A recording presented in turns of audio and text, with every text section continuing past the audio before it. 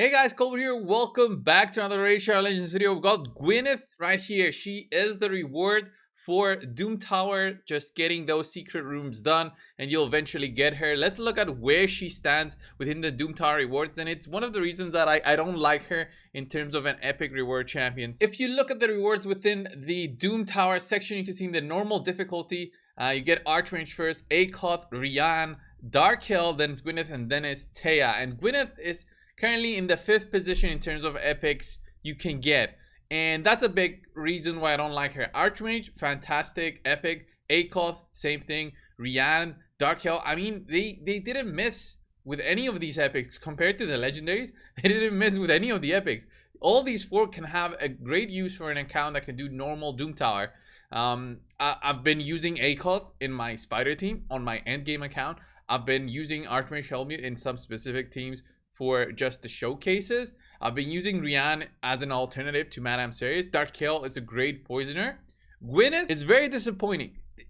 So disappointing for an epic reward from the Doom Tower compared to all the others. I'll show you the gear that I'm running on her. I mean, in terms of numbers, you can get big numbers in terms of damage, and that's what you're aiming for with Gwynneth. Let me just find her within this this big amount of epics right here. Here's Gwynneth right here. Let's look at the gear and I'll explain the gearing reasoning. Just the better version of the Savage set, which is not that easy to get, especially a good set. So I have here 190 speed, almost 5,000 attack. My accessories are quite bad for Dark Elves. 100% crit rate, 292 crit damage, and didn't even put any accuracy on her. And that's one of the bad things about this whole build and the way that Gwynneth works in terms of her A2 and A3. A1 is very simple. She does an AoE attack in the default skill, but it can also not trigger counter attacks, which is cool if you're attacking enemies, which can trigger through their passives or through masteries. Okay, this is great for that reason. A2 apathy, this is what makes her so good. 3-turn cooldown, 100% chance to apply a weaken debuff before hitting, so you can get a 25% boost to your damage if you run a little bit of accuracy on her. That's one of the reasons that my build is a little bit bad with 150 or so accuracy. If I run a little bit more accuracy, then I can probably guarantee that 25% more damage through the weaken, assuming that you're hitting a target that does not have any immunity buffs on them, okay, or block debuffs buff, right? Heals this champion by 30% of the damage inflicted, then heals all allies with any surplus heal. This is the biggest part that we saw Gwynneth as a potential champion for everywhere as a healer. That's what I thought when I got her today. I said, all right, I'll max her out, test her out, and show it through a video to my viewers. But Gwynneth, there's a problem with this. So heroes that have healing based on the damage dealt only heal if the target has enough health. So I'll make sense to what I just said. So if you hit for 100,000 on a target that has 100,000 health, then you will heal for 30,000, okay? Which is a big number. But if you hit a target with 10,000 health for 100,000, you will only heal for that 10,000 times 30%, which is the damage that you deal. And in that way, you only heal for 3,000. So doing the surplus heal to your allies will mean that Gwynneth either has to be 100% healthy when she does do the attack, so whatever healing goes to everybody else. So if she hits for 30,000 and heals for 30% of that, and she's 100% health, then everybody else will be healed through that because of the surplus. Then I guess that's a good way. But that's what I find weak about this champion. This is a single target attack. The heal is not that great because of this limitation, and I'll show you guys in action what I mean, just so I make it more clear and why she just falls off in terms of how useful she can be. Flow of Malaise is this one, which transfers all debuffs. This is based on your accuracy again, so if the enemy target has enough resistance, then you won't be able to apply the debuffs that you transfer. It's a good way to cleanse yourself, to cleanse Gwynneth with this way, and it also does an ignore defense based on the debuffs that the enemy is under. So 3-turn cooldown, again, very short cooldowns here. We could have been running a relentless set, to be honest, now that I consider the 3-turn cooldowns on both of the skills, but I run a Savage just to showcase the potential damage. I've done 250,000 crits with her. And then the Aura for Doom Tower battles. And we have Helm Smasher here, plus the defensive route for both the counterattack and the extra counterattack based on fears or stuns or stuff like that. So let me just quickly show you what I mean in the campaign.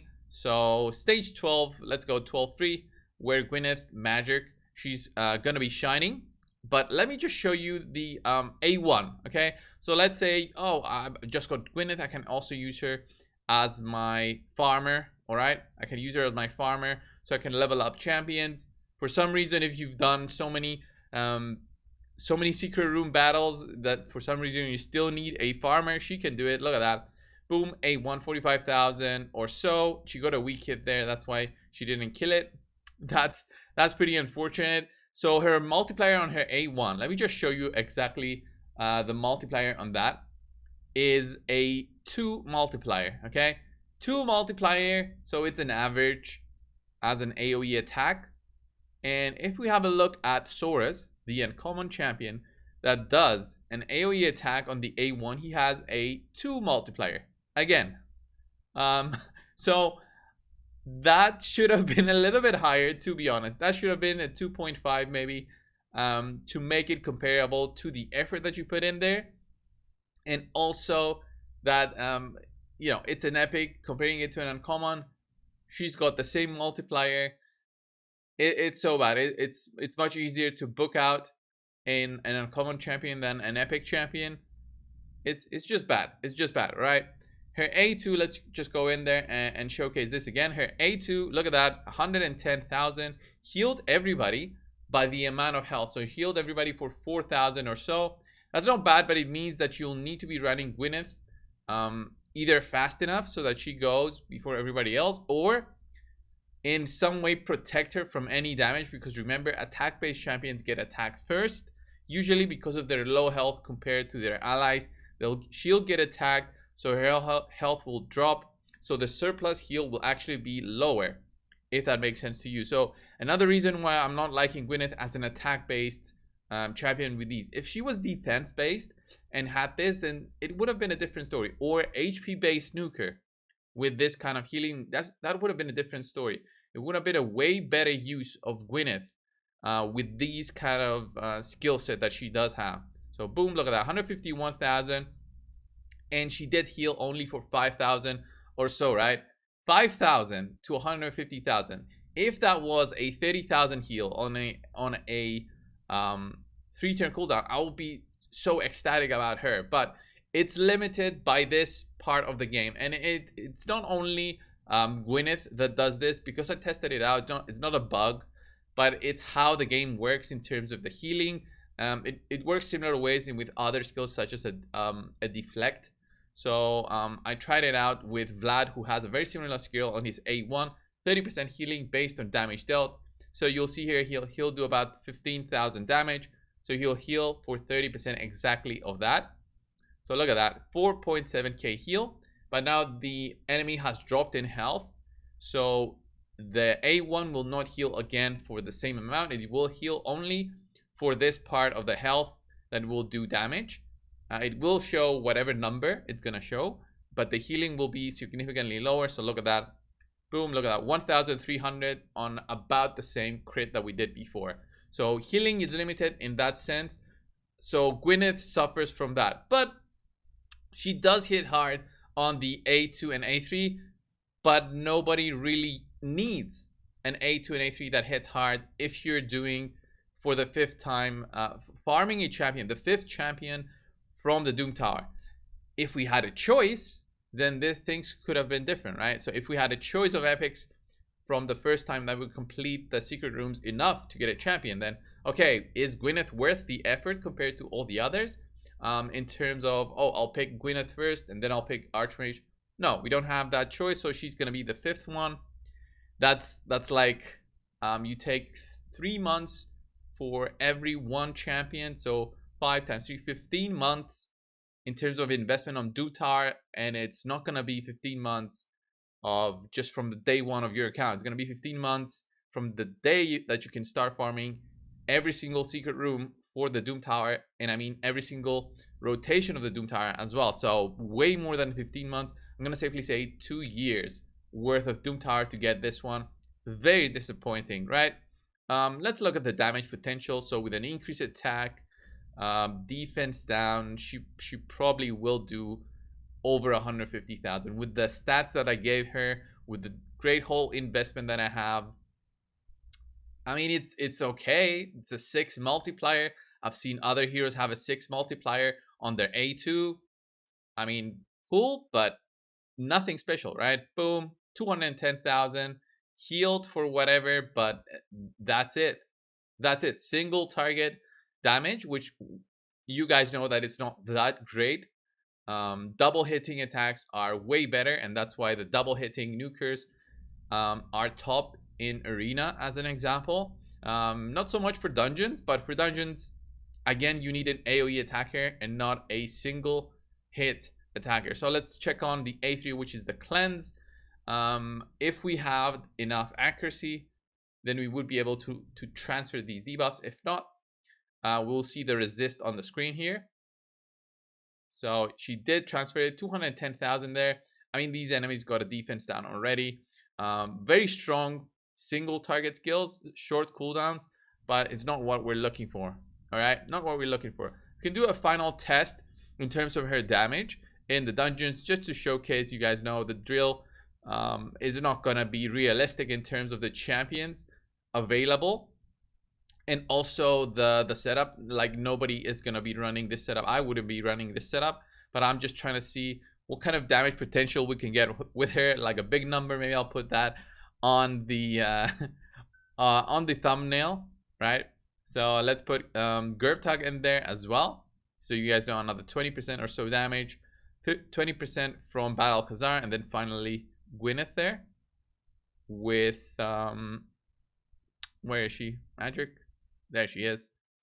Okay, that's gonna be it. Very simple kind of setup that I always do for these ones, but unrealistic for sure. And the A2 doesn't even need, because the weekend to be applied, because we have it from Lydia, right? 20%, another 20% damage there, and then some more damage boosting there on Gwynneth, and she is ready to go. Let's put this on 1x speed, and let's check on the A2. Let's see what kind of damage we're looking at on Apothecary here. I want to see, boom, 279,000. That was insane. Remember, the healing is much bigger here in dungeons, because Gwynneth is facing enemies with very high health bars compared to, let's say, the arenas, where you're hitting targets with about 50,000 or so health at best. Later on, you might fight duchesses with 100k, but that's very specific teams, and you won't be using, you know, Gwynneth to go against those teams, honestly, and she's not going to be great against those. So let's see the transfer of divas, which is not good, because we will be transferring our poisons, which actually give us damage, and then attacks an enemy. So it's actually going to be significantly lowering our damage through this, but it does do ignore based on the number of debuffs on the enemy. So I'm going to try out Horde in there with the A3, and 284,000. Not bad, not bad.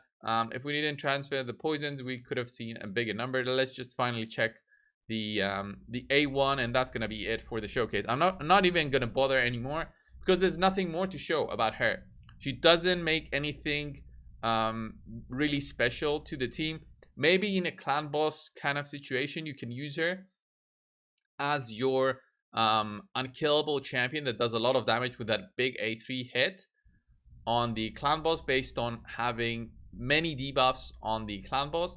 But again, the healing just does nothing to you. She's going to be applying a weaken. She's not going to be applying anything else to the boss. You can transfer some debuffs to the clan boss, but that's pretty much it. She can cleanse herself with the A3. Let's look at the A1 without a defense down. So 40,000 or so, nothing too exciting.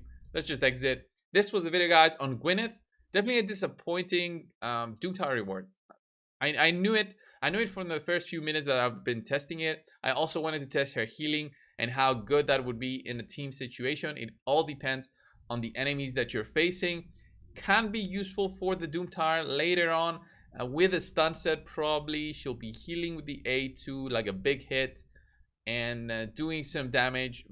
It shows ways of being a support type champion instead of a nuker type champion. So having her as an attack based was a wrong decision, I would say. If she was HP based, this would have been a better choice for a hero. What you guys think from just this showcase? Am I right? Am I wrong? Leave it down in the comments below. Thanks so much for watching.